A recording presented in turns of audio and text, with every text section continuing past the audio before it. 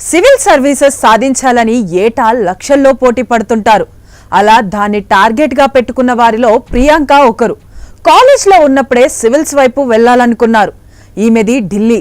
BCom పూర్తవ్వడం ఆలస్యం, civils preparation ప్రారంభించారు. తొలి ప్రయత్నంలోనే జస్ట్ 0.3 మార్కులతో మిస్ అయ్యారు.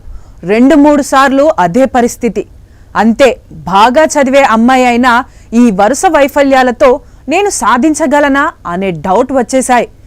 అయినా గివప్ చేయలేదు. ఇంకా అవకాశాలున్నాయి. మధ్యలో ఆపేయడం కంటే చివరి వరకు ప్రయత్నిస్తూ వెళ్లడమే మేలు.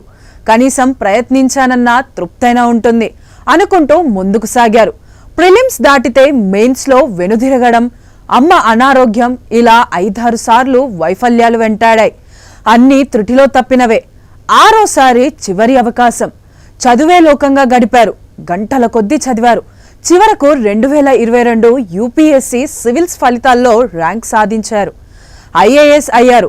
ప్రస్తుతం ఢిల్లీ, అండమాన్ నికోబార్ ఐలాండ్స్, లక్షద్వీప్, దాద్రా నగర్ హవేలీ, తమన్ దీప్ కేడర్లో పనిచేస్తున్నారు. శ్రమ, పట్టుదల, ఓపిక ఇవే ఎవరి విజయానికైనా మూలమంటారు ప్రియాంక.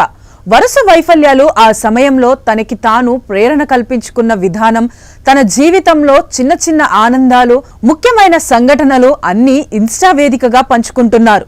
ఆమె పట్టుదలకు మెచ్చి దాదాపు 2.5 లక్షల మంది అనుసరించడమే కాదు, బ్యూటీ విత్ బ్రెయిన్ అంటూ పొగుడుతుంటారు కూడా.